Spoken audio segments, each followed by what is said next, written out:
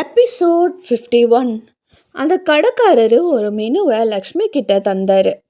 உங்களுக்கு என்ன ஃப்ளேவர் வேணும்னு இந்த மெனுவை பார்த்து சூஸ் பண்ணுங்க அப்படின்னு சொல்லி அந்த மெனு புக்கை கையில் கொடுக்க லக்ஷ்மி வாங்கி ஒவ்வொரு கேக்காக பார்க்க ஆரம்பித்தாங்க.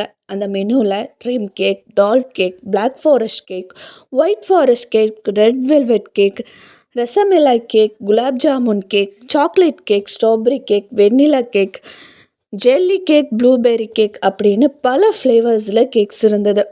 லக்ஷ்மிக்கு எதை சூஸ் பண்ணுறதுனே தெரில. அப்போ நிலா, அம்மா நம்ம ரசமலாய் கேக் வாங்கலாம், செம்ம டேஸ்ட்டாக இருக்கும்னு நான் கேள்விப்பட்டிருக்கேன், நானும் அதை சாப்பிட்டது கிடையாது, என் ஃப்ரெண்ட்ஸ் நிறைய சொல்லியிருக்காங்க அப்படின்னு சொன்னான். இதை கேட்ட லக்ஷ்மி அதோட விலையை பார்த்தாங்க. 250 kg 310 ரூபா அப்படின்னு போட்டிருந்தது. லக்ஷ்மி குழந்தையோட சந்தோஷத்துக்காக காசை பார்க்கக்கூடாது அப்படின்னு நினச்சாங்க. அதனால் அதே கேக்கை ஆர்டர் கொடுத்தாங்க. நிலா ரொம்பவே சந்தோஷப்பட்டான்.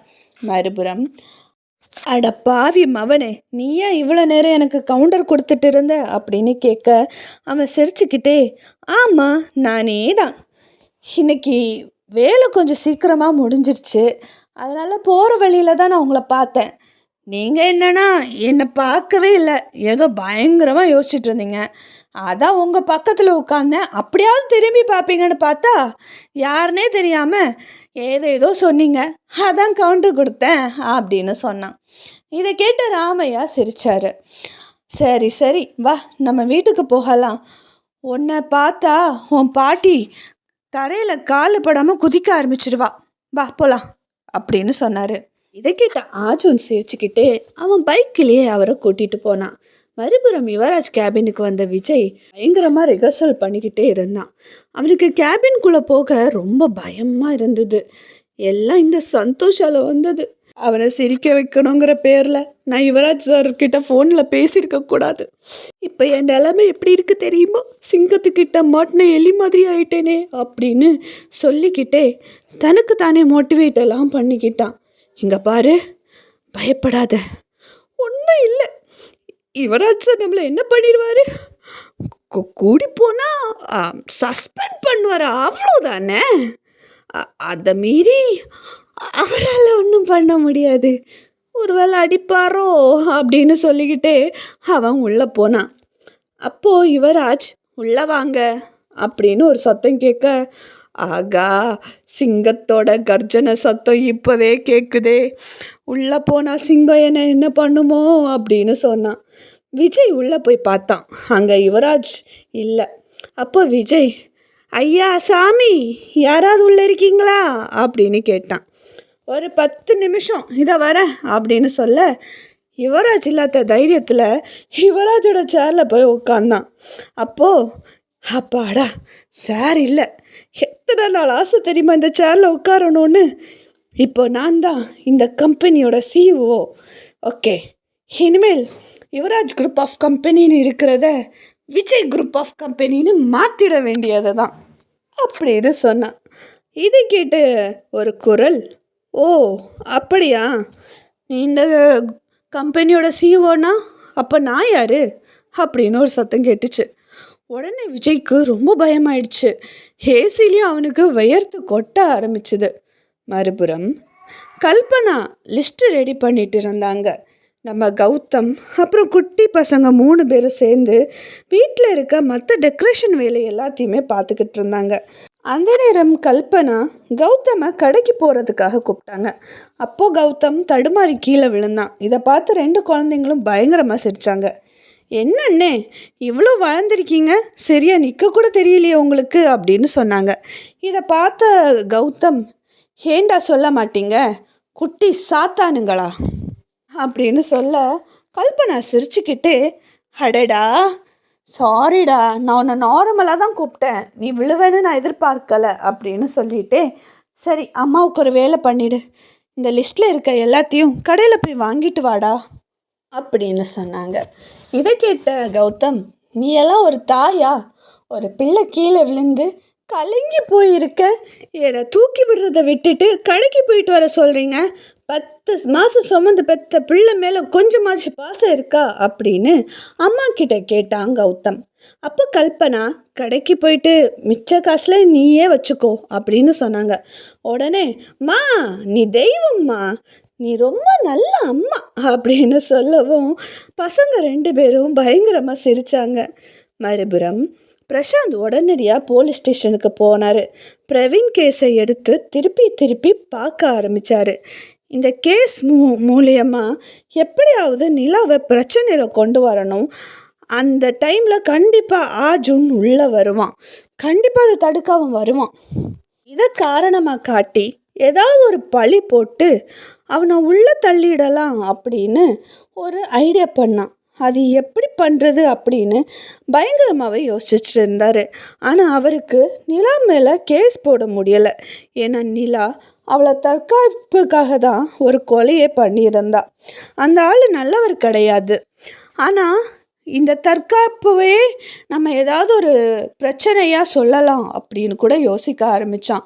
அவர் மனசுக்குள்ள, டேய் நீ 5 வயசுலேயே என்னை பயங்கரமாக அவமானப்படுத்தினால பாரு, அந்த அவமானத்தை தாங்க முடியாமல் நான் எவ்வளோ கஷ்டப்பட்டேன். அதுலேருந்து வெளியில் வரக்கு நான் எவ்வளோ போராடி இருப்பேன். உனக்கு அதெல்லாம் தெரியாதுல்ல. இப்போ பார், எல்லாத்துக்கும் சேர்த்து உன்னை நான் பழி வாங்க போகிறேன் அர்ஜுன். என்னோட கம்பேக்கை உன்னால் தாங்க முடியாது அப்படின்னு சொல்லி சிரித்தார். அப்புறம் அர்ஜுன் ராமையாவை வீட்டில் விட்டுட்டு, சரி தாத்தா நான் கிளம்புறேன் அப்படின்னு சொல்லவும், என்னப்பா இவ்வளோ தூரம் வந்துட்டு வீட்டுக்குள்ளாராம நீ போறியே, இது மட்டும் உனக்கு உன் பாட்டிக்கு தெரிஞ்சதுன்னு வை, சுடு தண்ணியை கால் ஊற்றுன மாதிரி குதிப்பா, ஏண்டா அப்படின்னு கேட்டார். அதுக்கு அர்ஜுன், இல்லை தாத்தா எனக்கு இன்றைக்கி ரொம்ப டயர்டாக இருக்குது, வீட்டில் போய் கொஞ்சம் குளிச்சுட்டு ரெஸ்ட் எடுக்கலாமான்னு பார்க்குறேன், எனக்கு உடம்பெல்லாம் செம பெயினாக இருக்குது அப்படின்னு சொன்னான். அப்படியெல்லாம் உன்னை போக விட முடியாதுப்பா, வாசல் வரைக்கும் வந்துட்டு அப்படியே நீ போயிடுவியா? இங்கே பாரு, உனக்கு நானே சுடு தண்ணி வச்சு தரேன், ஃப்ரெஷ்ஷப் ஆகினதுக்கு அப்புறமா சாப்பிட்டுட்டு போகணும், எந்த ரீசனும் சொல்லக்கூடாது, இல்லைன்னா எனக்கு கோபம் வரும், நான் உன்கிட்ட பேசவே மாட்டேன், யோசிச்சுக்கோ அப்படின்னு ஒரு குரல் கேட்டுச்சு. அர்ஜுன் திரும்பி பார்த்தா அங்கே பார்வதி கையும் கட்டிட்டு சப்பாத்தி கட்டையோடு நின்றுட்டு இருந்தாங்க.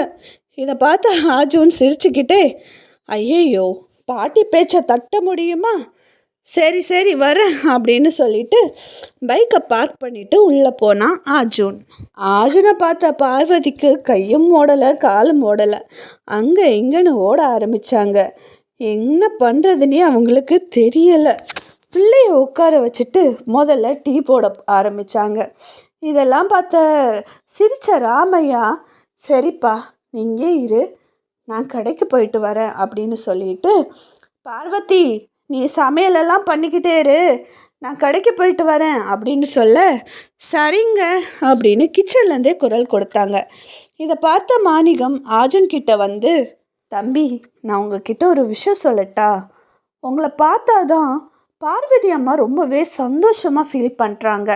சொல்லப்போனால் நீங்கள் எப்போ இந்த வீட்டுக்கு வந்தாலும் பார்வதி அம்மாவுக்கு 20 வயசு குறைஞ்சிடுது, அந்த அளவுக்கு அவங்க ரொம்ப சந்தோஷப்படுறாங்க. சொல்லப்போனால் அவங்கள பார்த்தா அவங்க கால் தரையிலே நிற்க மாட்டேங்குது, அவ்வளோ சந்தோஷம் அப்படின்னு சொன்னார்.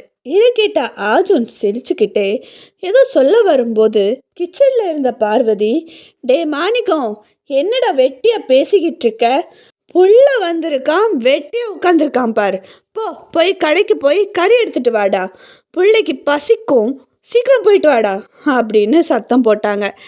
சரிம்மா இதை போகிறேன் அப்படின்னு சொல்லவும் அர்ஜுன் இதெல்லாம் பார்த்து சிரிச்சுக்கிட்டே, பாட்டி ஒரு பாட்டி தான் அப்படின்னு சொன்னான். மறுபுறம் ஷீலா ஷீலா எங்கம்மா இருக்க அப்படின்னு கத்திக்கிட்டே வந்தாங்க விஜயபாஸ்கர்.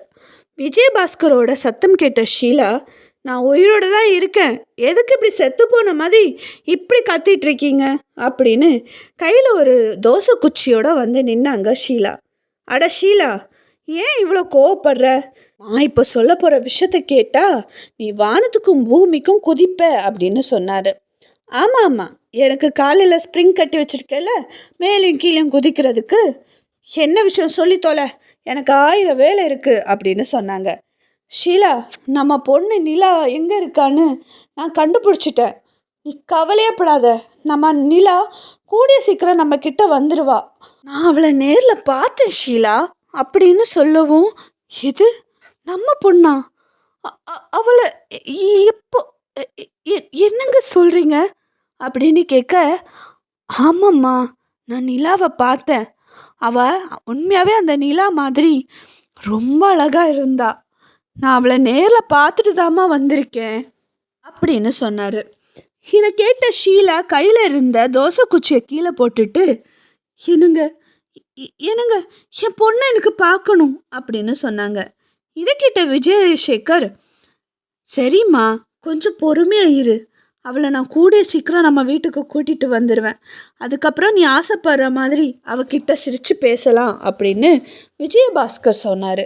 மறுபுறம் அந்த கடையில் வேலை பார்த்துட்டு இருக்க ஒரு நபர், அம்மா இந்த கேக்கில் என்ன எழுதணும், அதை நீங்கள் இதில் எழுதி கொடுத்தீங்கன்னா நான் அப்படியே எழுதுறேன் அப்படின்னு சொன்னார். அப்போ லக்ஷ்மி அவங்க மனசுக்குள்ள ஏதோ யோசித்து சிரித்தவங்க ஏதோ எழுதி அவங்க கையில் கொடுத்தாங்க. அதுக்கப்புறமா கேக்கு வாங்கிட்டு வீட்டுக்கு நடக்க ஆரம்பித்தாங்க. அப்போ நிலா, அம்மா அண்ணன் எப்போ வருவான் அப்படின்னு கேட்டு வாய மூடலை. அதுக்குள்ள அவள் அண்ணன்கிட்ட இருந்தே ஃபோன் வந்தது.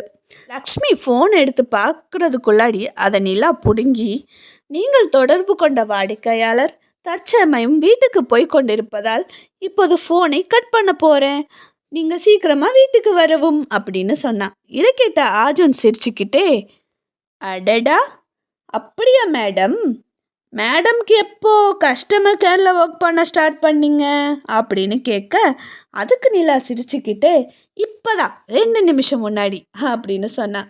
இதை கேட்டு சிரித்த அர்ஜுன், ஓ சூப்பர் மேடம், நீங்கள் அம்மா கிட்ட ஃபோனை கொடுத்தீங்க அப்படின்னா நான் அம்மா கிட்ட கொஞ்சம் விஷயங்கள் பேசிடுவேன் அப்படின்னு சொல்ல, முடியாது, நான் தான் இந்த வீட்டுக்கு பெரிய மனுஷி, எதுவாக இருந்தாலும் நீங்கள் என்கிட்ட சொன்னால் போதும் அப்படின்னு சொன்னான்.